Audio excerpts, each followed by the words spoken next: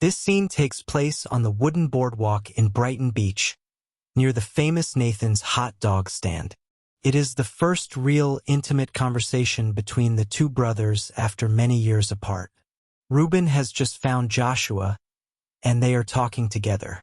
The atmosphere is cold and wintry, slightly tense but also filled with rediscovered brotherly affection. It is Reuben, the younger brother, who spontaneously brings up the subject of his father and black girlfriends. Reuben talks to Joshua about his daily life, answering the questions of his brother. He mentions, almost casually, that their father forbids him from having black girlfriends. Reuben says it with a mix of resignation, teenage embarrassment, and irritation. He explains that his father is very strict about it and does not want him dating black girls. Joshua reacts rather coldly or with a slightly amused, dismissive attitude. He does not really contradict the father on this point. On the contrary, his response suggests that he at least partly shares this prejudice or finds nothing shocking about it. The tone remains between brothers, but the implicit racism is clearly present. The racism here is not shouted or violently aggressive. It is ordinary, familial, and internalized. The authoritarian and traditionalist father represents a racism typical of a certain generation of Russian Jewish immigrants in Brighton Beach in the years between 1980 and 2000.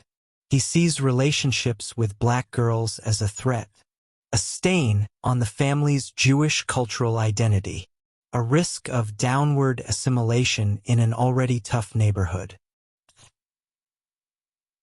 A classic form of xenophobia from immigrants who themselves fled anti-Semitism in the Soviet Union, yet reproduce racial hierarchies in America. Probably, for the father, staying among ourselves, among Russian Jews, is a matter of cultural and moral survival. Reuben is not yet fully racist, but he has absorbed his father's attitude. He talks about it as if it were an obvious rule imposed on him. Dad doesn't want me to have black girlfriends. This shows how racism is passed down naturally in the family, almost like an educational value. Reuben admires his older brother Joshua and seeks his approval. By mentioning this, he is also testing Joshua's reaction. Joshua, who lives outside the family and in the criminal underworld, does not offer a more open-minded view. His silence or light reaction implicitly validates the father's prejudice. This reinforces the idea that this anti-black racism is part of the street culture and toxic masculinity of Little Odessa, a closed, harsh environment where other communities are viewed with contempt or fear.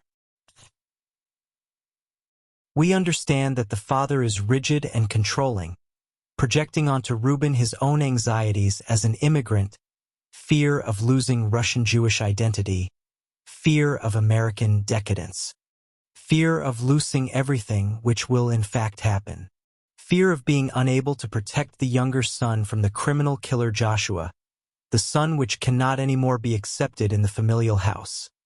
It highlights the contrast between the two brothers. Reuben is still a teenager who is influenced and controlled by paternal authority, while Joshua is already corrupted by violence and prejudice, even if he appears more free. He has blood on his hands and needs to be rejected to protect, if possible, the familial reputation and honor and save the younger son. It will not be the case. The transmission of violence and prejudice from one generation to the next in immigrant families appears clearly. The racism is not spectacular. It is banal and everyday. On a symbolic level, this scene prepares the family rupture. The father rejects anything that threatens the patriarchal order, just as he has rejected Joshua, the killer. Reuben, caught between two toxic male role models, will gradually be destroyed by this divided loyalty. The racism in this scene is familial and internalized. There is no explicit moral judgment, which makes the scene realistic. The film is a family and crime drama centered on Joshua Shapira, a Jewish-Russian hitman who returns to Brighton Beach, nicknamed Little Odessa, in Brooklyn, to carry out a contract killing. He had been banished by his father years earlier for his criminal activities, including killing the son of a local mob boss. He wants to see again the dying mother. His mother Irina, who is dying of a brain tumor, his younger brother Reuben, who idolizes him, and his authoritarian father Arkady, a rigid Russian Jewish immigrant. Joshua steps into the family apartment like an intruder or a ghost. The grandmother is terrified.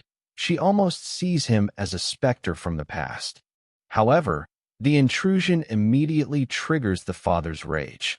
He violently slaps Reuben for disobeying and bringing the murderer back home. Joshua responds with a brutal punch to his father. The father throws him out again, calling him a murderer, which is calling a cat a cat. Analysis of this scene. It embodies the theme of the impossible homecoming. Reuben acts as a naive mediator, caught between paternal authority and brotherly admiration. Joshua's return does not bring reconciliation. Instead, it reactivates latent violence. The family home, meant to be a refuge, becomes a site of confrontation. The camera frames the bodies clashing in a confined space, emphasizing emotional and cultural suffocation. Across generations of Russian Jewish American immigrants, Joshua's return, far from offering redemption, accelerates the family's destruction. The mother dies, Reuben is drawn into violence, and the father seems to become tyrannical. It is a hellish cycle of inherited violence, inner exile, and failed assimilation. It is filmed with anthracite darkness contrasted by the whiteness of snow, creating a cold, fatalistic melodrama. The characters are trapped in their roles: Joshua, the cursed son, Reuben, the naive idealist, and the rigid patriarch who has passed on his own hardness. The scenes follow the codes of classical Greek tragedy. The return of the exile, like Orestes returning to the house of Agamemnon, triggers an inevitable catastrophe, Moira, or fate. There is hamartia, the tragic flaw: Joshua's compulsive violence, the father's proud rigidity, hubris, and Reuben's blind idolatry. The family conflict is insoluble: brotherly loyalty versus paternal authority, as in the Orestia or Antigone. There is no redemption, only catharsis through suffering and the complete destruction of the family unit. Fate seems sealed from the moment of return. The characters are caught in a repetitive cycle: paternal violence reproduced, then inverted.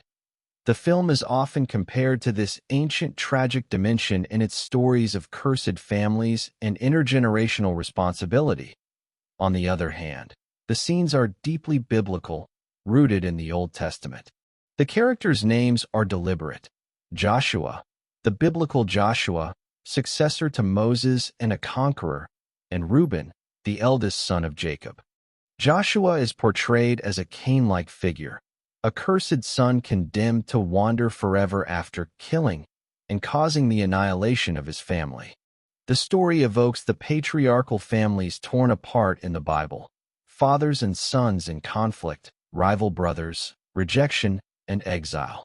The father rejects the prodigal son, a killer in the film, without forgiveness, unlike the New Testament parable of the prodigal son.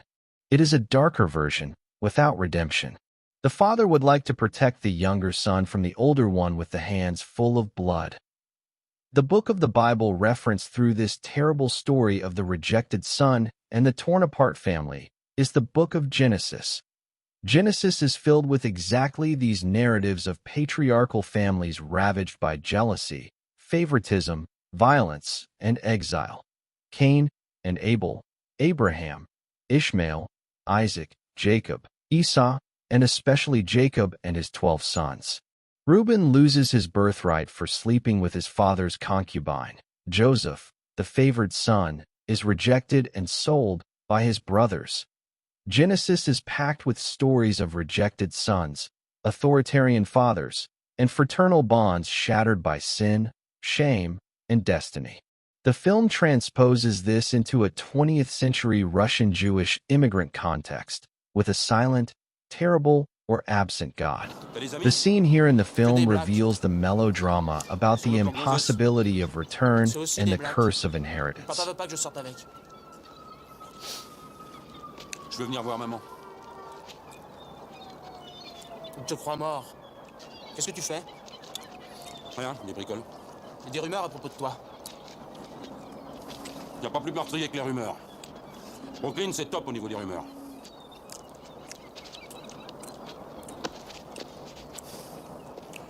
Bon, et toi, ça va? On va se voir cette semaine. On va se voir cette semaine.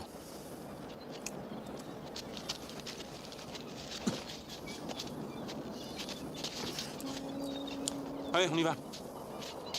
On va à la maison.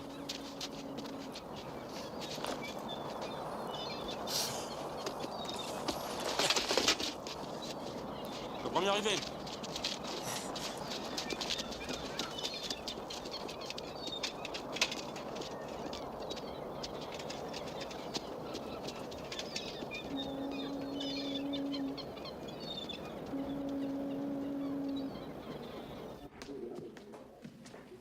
Stel eens den bicycle en dat hier, want we smaken naar vlek. Doe. Huis vandaan en zo goed, ja. Hoe kan je dit? Ken je niet de mama? De mama wil dit ook niet zijn. Mama kan je niet zijn, niet staan. Ze kennen hem niet in, ze laten huis vandaan.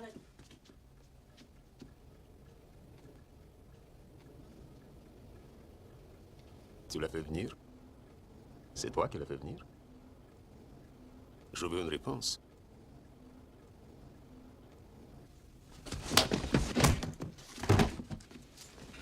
Tu sais toujours faire que ça?